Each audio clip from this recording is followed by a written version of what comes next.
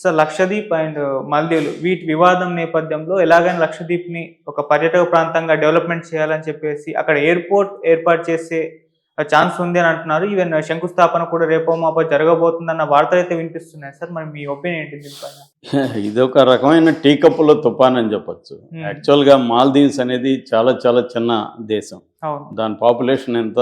5 లక్షలు. అంటే ఇక్కడ మన చిన్న ఒక ఏరియా శ్రీనగర్ కాలనీ అంతా కూడా ఉండదు. అవును. 5 లక్షలు అంటే very mandal head quarter small town అంత ఉంటుంది. దాని మీద 140 కోట్ల భారతీయులు ప్రతాపం తీర్చుకుంటున్నట్టు వీళ్ళు విపరీతంగా పోస్టులు పెట్టేసి మోడీ అక్కడ పోయి కుర్చీ వేసి కూర్చున్నాడు. ఒక దేశం అతలాకుతలం అయిపోయింది. ఆ దేశం ఎందుకు అవుతుంది? అది చిన్న దీవి. 24 మెయిన్ దీవులు ఉన్నాయి, 1200 చిన్న దీవులు ఉన్నాయి.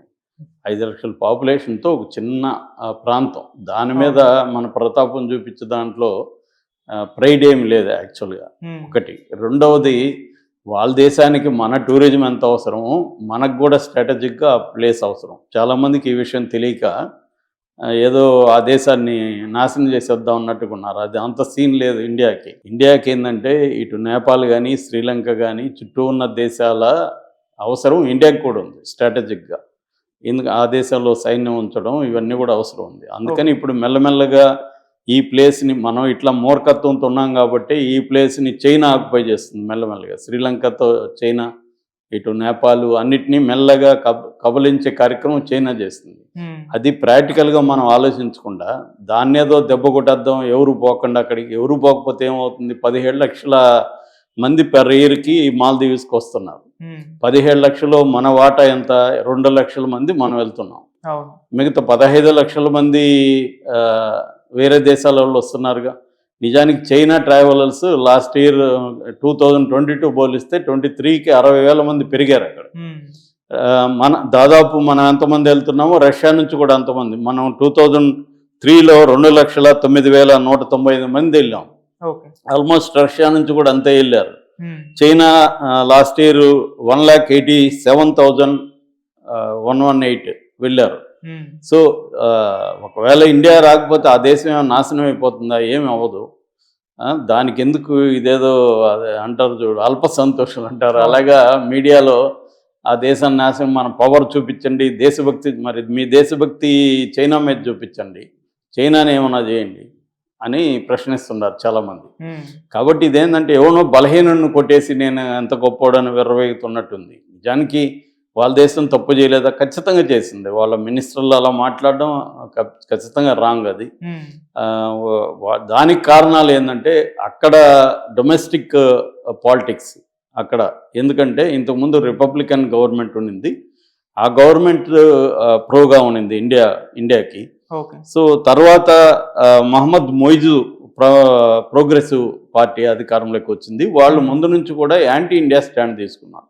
ఎందుకంటే ఇది మొత్తం మనం అర్థం చేసుకోవాల్సిందంటే జియో పాలిటిక్స్ని అర్థం చేసుకోకుండా ఇవాళ ఏ దేశంలో పరిస్థితిని కూడా మనం అర్థం చేసుకోలేం.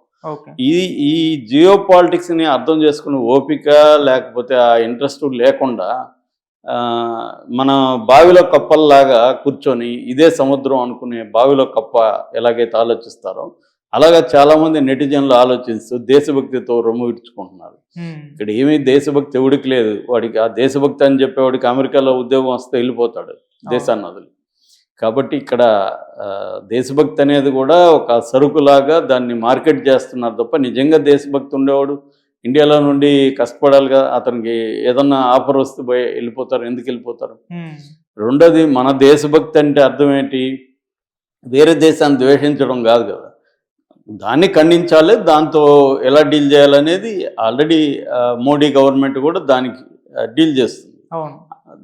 అది కాకుండా వీళ్ళు ఏం చేస్తున్నారంటే ఈ మోడీ భక్తులు కావచ్చు, లేకపోతే జనరల్గా ఉండే ఈ దేశభక్తి ప్రదర్శిద్దాం అనుకునే సోషల్ మీడియాలో అనుకునే వాళ్ళు కావచ్చు, వీళ్ళు అతి చేస్తున్నారు. నిజానికి మనం ఆలోచించాల్సింది మాల్దీవ్స్, లక్షద్వీప్ ఇప్పుడు కంపారిజన్ కాబట్టి చెప్తున్నాను. చాలామంది, నేను 2 దేశాలకు వెళ్ళలేదు కాబట్టి నాకు ప్రత్యక్ష అనుభవం లేదు, కానీ అనుభవం ఉన్న ట్రావెల్స్ వీడియోస్ చూసాను నేను.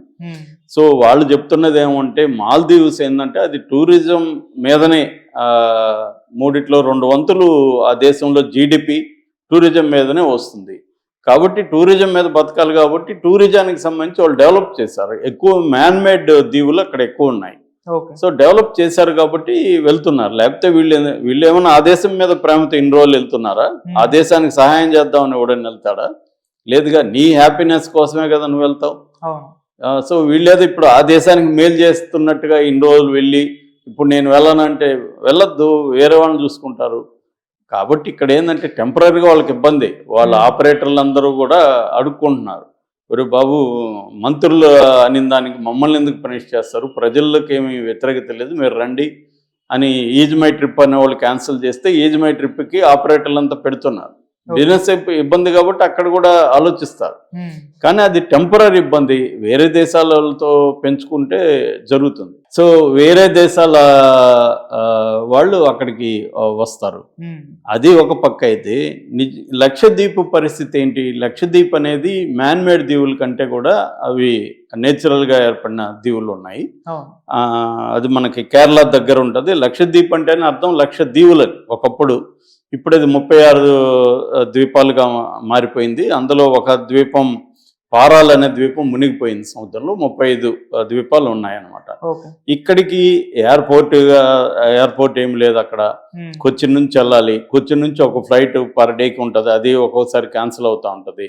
ఇంకా షిప్లో వెళ్ళాలి. షిప్లో వెళ్తే హైలీ కాస్ట్.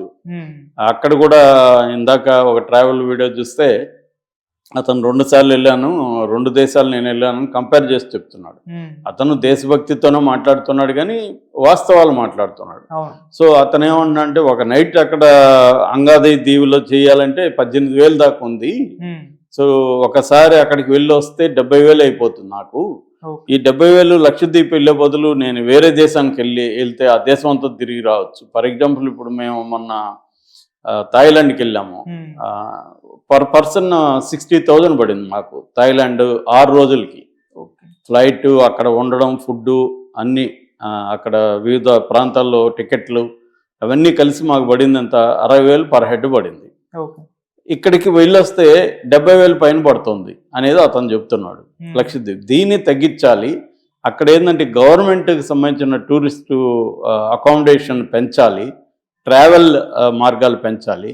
ఇవేవి చేయకుండా ఎట్లా డెవలప్ అవుతుంది? ఒట్టి దేశభక్తితో కష్టాలు పడి ఎవరు పోతారు? సోషల్ మీడియాలో ఇబ్బంది లేదు కాబట్టి పోస్టులు పెడతాడు. దేశభక్తి ఈ పోస్టులు పెట్టే వాళ్ళంతా లక్షద్వీప్కి వెళ్తే ఖచ్చితంగా లక్షద్వీప్ డెవలప్ అవుతుంది. వీళ్ళే వెళ్ళరు కదా. ఇదేమంటే ఈజీగా పోతా పోస్ట్ పెట్టడం. కాబట్టి ఏంటంటే ప్రాక్టికల్గా ఆలోచించి మన టూరిజాన్ని డెవలప్ చేయడానికి ఏమేమి చేయాలి, సో అది ఆలోచించుకోవాలి. ఆ యాంగిల్లో నుంచి ఫోకస్ చేయడం అనేది ఇంపార్టెంట్. నిజంగా దేశభక్తి ఉన్నప్పుడు ఈ దేశానికి సంబంధించిన ఈ ప్లేసెస్ని అభివృద్ధి చేయాలి. నిజానికి మన టూరిస్ట్ ప్లేసెస్ వరల్డ్లో దేంతో కూడా కంపేర్ చేసినా కూడా చాలా బెస్ట్ ఉన్నాయి. హిస్టారిక్ ప్లేసెస్ ఉన్నాయి, చాలా ప్రకృతి రమణీయమైన ప్లేసెస్ ఉన్నాయి. వాటిని డెవలప్ చేయాలి. మేము ఆ మధ్య కర్నూలులో ఉన్న దాదాపు అన్ని ప్లేసులు తిరిగాం ఒక సినిమా లొకేషన్ స్కౌటింగ్ కోసం. చాలా మంచి ప్లేసులు ఉన్నాయి కర్నూలులో. మేము తిరిగితే షాక్ అయినాం. బ్రహ్మాండమైన ప్లేసులు ఉన్నాయి, కానీ వాటిని అసలు ఎవడు పట్టించుకునేవాళ్ళు లేదు.